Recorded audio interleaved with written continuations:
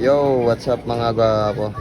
Part 2 ng ating sisig Alae, Batangas. Sisig Lomi. Ayun o.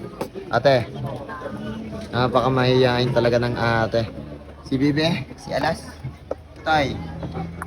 Yun o. At ang partner, yun. At si Baby Boy, Baby Boy. Yun o. Si Pasi pa si Baby Boy. At syempre ang pinakagwapo.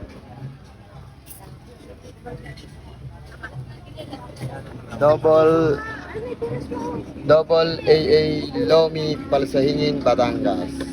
New Diversion Road. Hey, bye.